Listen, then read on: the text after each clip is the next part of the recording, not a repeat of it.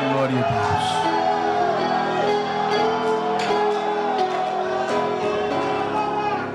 Glória a Deus.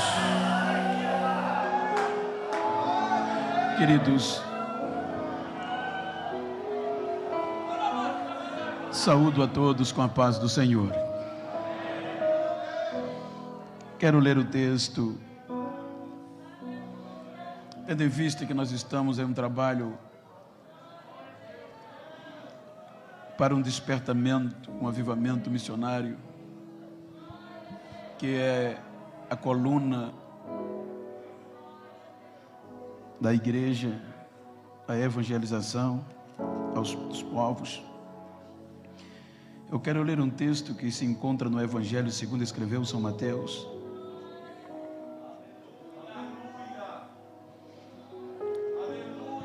capítulo 28, versículos 11 ao versículo 15. São 5 versículos. Eu estou usando a versão King James atualizada. Está escrito assim: E sucedeu que, enquanto as mulheres estavam a caminho, alguns dos guardas foram a uma cidade e contaram ao chefe dos sacerdotes tudo o que havia ocorrido. Então os chefes dos sacerdotes reuniram-se em conselho com os anciões e tramaram outro plano. Deram aos soldados vultuosa quantia em dinheiro e lhes recomendaram que declarassem a todos. Os discípulos dele vieram durante a noite e raptaram o corpo enquanto cochilávamos. E se isso chegar ao conhecimento do governador, nós o persuadiremos a vosso favor e vos livraremos de qualquer reprimenda. Os soldados receberam o dinheiro e fizeram como havia sido orientados. E por isso esta versão dos acontecimentos se conta entre os judeus até o dia de hoje. Queiram estar sentados, por favor. Queridos, o texto que eu li, eu quero usar para que o propósito é que entendamos a responsabilidade e o tamanho da grandeza que há sobre a nossa geração. Os irmãos observam que ontem eu ative no Velho Testamento na grandeza do projeto que Deus levantou por meio de Abraão. E em todo o Velho Testamento os irmãos viram quantos investimentos Deus fez quando Israel titubeou. Então eu falei ontem que com a entrada de Jesus e os seus feitos, incomodou, porque Israel estava acomodado. E quando Jesus aparece fazendo aqueles milagres que nós falamos ontem e outros, algumas coisas despertaram o sentimento de inveja daqueles que tinham o direito de continuar o projeto. Então, quando os irmãos observam aquele ensinamento, os feitos de Jesus, os irmãos vão de perceber que por várias vezes no Novo Testamento os irmãos vão encontrar e Jesus ensinava aos seus discípulos. Os irmãos vão sempre ver uma diferença entre a pregação da multidão para o ensino aos discípulos. Então aqueles discípulos deveriam e poderiam e necessitavam ser sacudidos, avivados, para continuar um projeto que na ótica humana era inviável e impossível. Quando nós percebemos e analisamos o contexto, por isso que eu quero falar-lhes sobre inflamados para a missão, tendo em vista que a palavra no nosso vocabulário inflamados tem um significado de aceso em chamas. Não ser só aceso, tem que ter chamas. Quando nós analisamos os desafios que aqueles discípulos iriam enfrentar, e Jesus já sabia, tendo em vista que o primeiro ponto contraditório era que, na ótica humana, o ensino, o grupo que desenvolvia com Jesus esta mensagem, não tinha probabilidade diante da religião. Porque os mestres da religião, os escribas, eram referendados pela lei.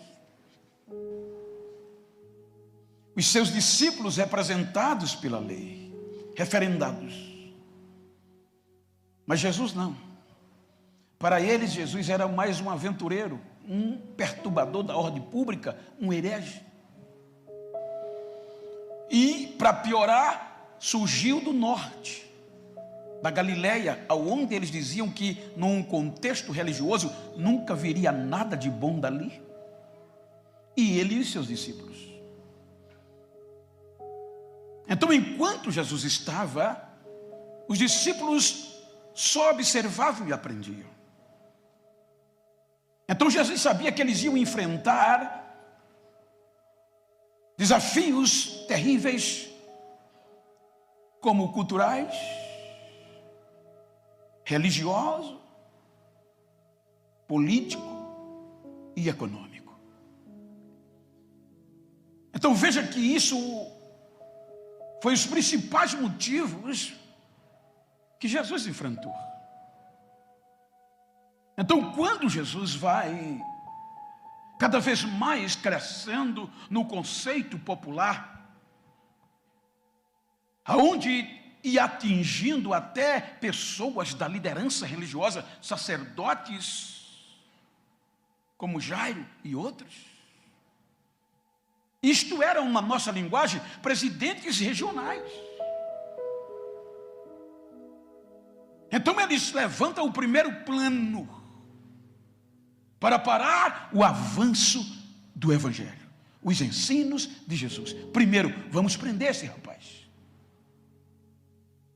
Aí os irmãos viram que eu disse ontem, que os soldados voltaram, não tiveram coragem de o prender pelos seus ensinamentos. Então, para agravar mais as coisas, Jesus vai e ressuscita Lázaro, com 4 dias de morto, fedendo, contrariando a crendice judaica, que depois do 3º dia não havia possibilidade de ninguém sobreviver. E Jesus vai lá e a notícia eclode. E a coisa se agrava mais quando Betânia, Maria, Marta resolve fazer um culto em ação de graças. E convida muita gente e o Mestre Jesus. Então, a mesa, a Bíblia diz que a mesa estava posta. E sentado à mesa, ao lado de Jesus, estava aquele rapaz que há 4 dias atrás estava podre no sepulcro. Aí o culto em ação de graça atraiu uma multidão, que a Bíblia diz que as pessoas agora iam a Betânia. Betânia se tornou o ponto turístico principal. A Bíblia diz que o povo ia para Betânia, não para ver Jesus, mas também para ver a Lázaro. E quando as pessoas viam Lázaro, se convertiam, acreditavam na mensagem. Aí veja que os poderosos foram lá com o intuito de observar. Quando viram as pessoas se integrando, voltaram, fizeram a reunião e disseram: agora não adianta mais prender, é matá-lo. E sancionaram matá-lo. Então o primeiro plano foi prender. Não deu certo. O segundo plano foi matá-lo.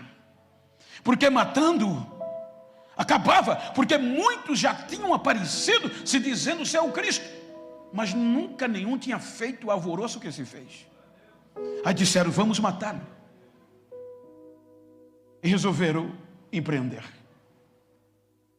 Então você vê que a partir daqui, aqueles grupos que eu citei antes, eles combatiam um com os outros, mas com o objetivo de matar Jesus. Houve uma coalizão. Formaram um único centrão para acabar com Jesus. Então, religiosamente falando, então agora decidiram matar Jesus. Não ia resolver, porque ia torná-lo mártir, ia torná-lo pior do que enquanto ele estava vivo. Aí disseram: vamos matá-lo de cruz. Mas não tem na nossa lei, mas vamos usufruir do poder político do império, porque a morte de cruz era o mais alto nível da vergonha para um ser humano, porque ela queria dizer que a pessoa que morria de cruz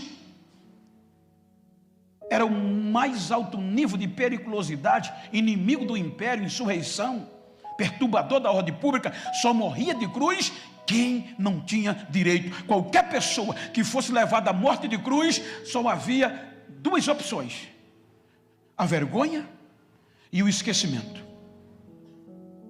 Então o plano principal era matá-lo de cruz. Por quê? Porque mesmo se alguém lembrar dele, não vai lembrar de mártir, vai ser a vergonha. A princípio a mensagem da cruz era para ser vergonha, como ainda é até hoje para muitos. Então disseram: se matarmos ele, essa ralé aí se dispersa, vai embora. E resolvem fazê-lo. Veja que quando eles levam Jesus à crucificação, pois não adianta falarmos de missões sem passar por aqui.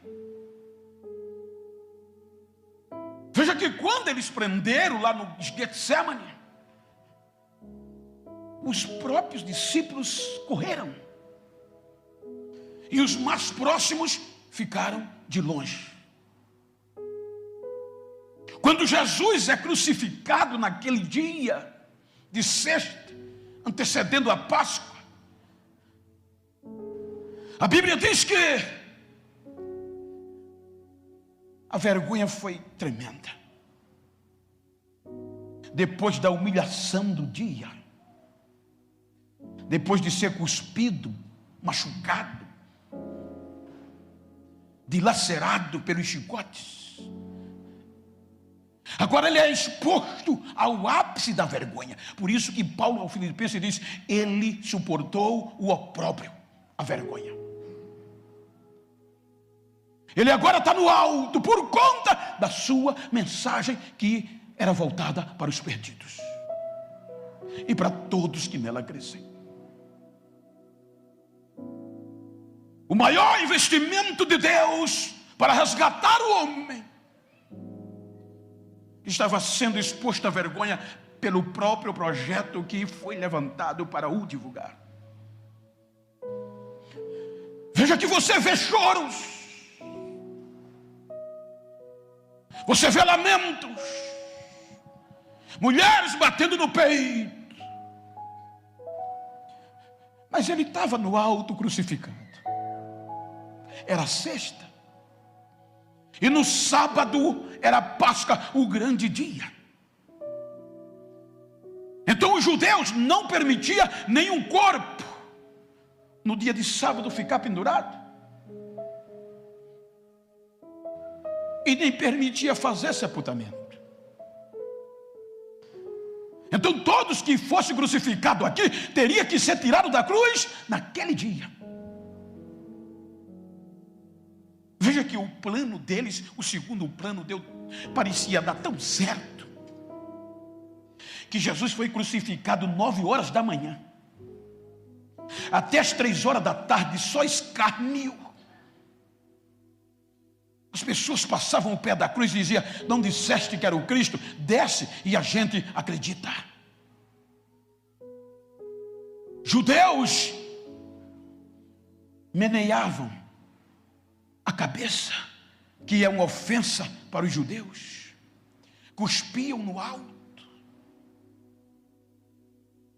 3 horas da tarde ele expira e morre. 4 horas da tarde vem, e o corpo está lá na vergonha. 5 horas da tarde chega, e você não vê um discípulo, você não vê um irmão, e a cruz para tirá-lo. Porque na maioria os crucificados eram esquecidos, porque a vergonha era tão grande que a maioria das famílias e dos amigos não tinham coragem de se expor, porque a partir da morte do crucificado, quem lembrava do nome dele era vergonha. E se os parentes se expusessem, entrava no contexto de vergonha. Então 5 horas da tarde, só faltava 1 hora. Muitos eram tirados pelo sistema e jogados na vala comum, enterrado como indigente. Acabava a história. Agora estava um ladrão, um malfeitor, estavam 2 criminosos, e o principal, na ótica da lei e da sociedade, estava no meio. O principal dos criminosos. E qual foi o crime? O Evangelho. Resgatar os perdidos. Amar quem ninguém tinha coragem de amar. 5 horas da tarde, ninguém foi lá. É aqui que surge uma surpresa tremenda. Em todo o ministério de Jesus, os mais ricos não se expunham, mesmo acreditando, se ocultavam com vergonha do que iriam dizer. Mas para a onisciência de Deus, quando Isaías profetizou 53:9, salvo engano, que o seu túmulo iria ser entre os ricos, dados pelo rico. Aí quando só faltava 1 hora para a história acabar com tudo, entra no cenário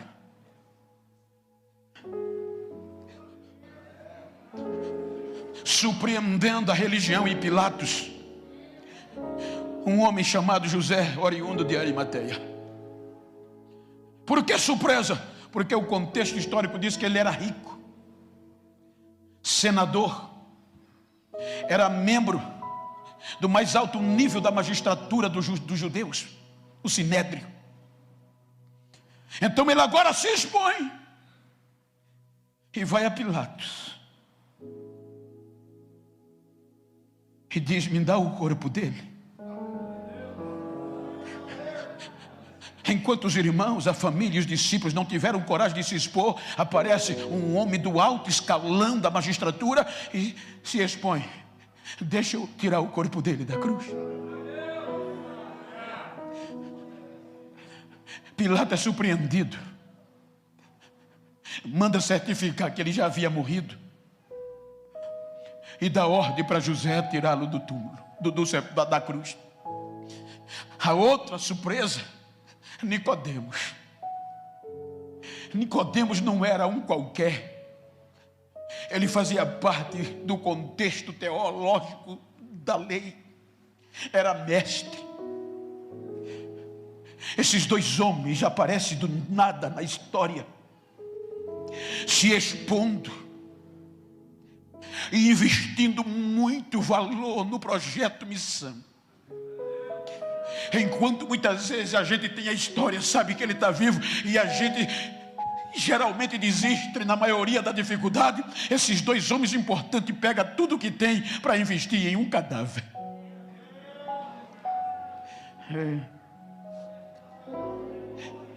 Ele se expõe, tira o corpo dele da cruz, investe nos linhos, investe no tratamento do corpo e diz: não, ele não vai ser sepultado no túmulo do resto mortal de ninguém. E será caro. Eu vou comprar um túmulo novo só para ele.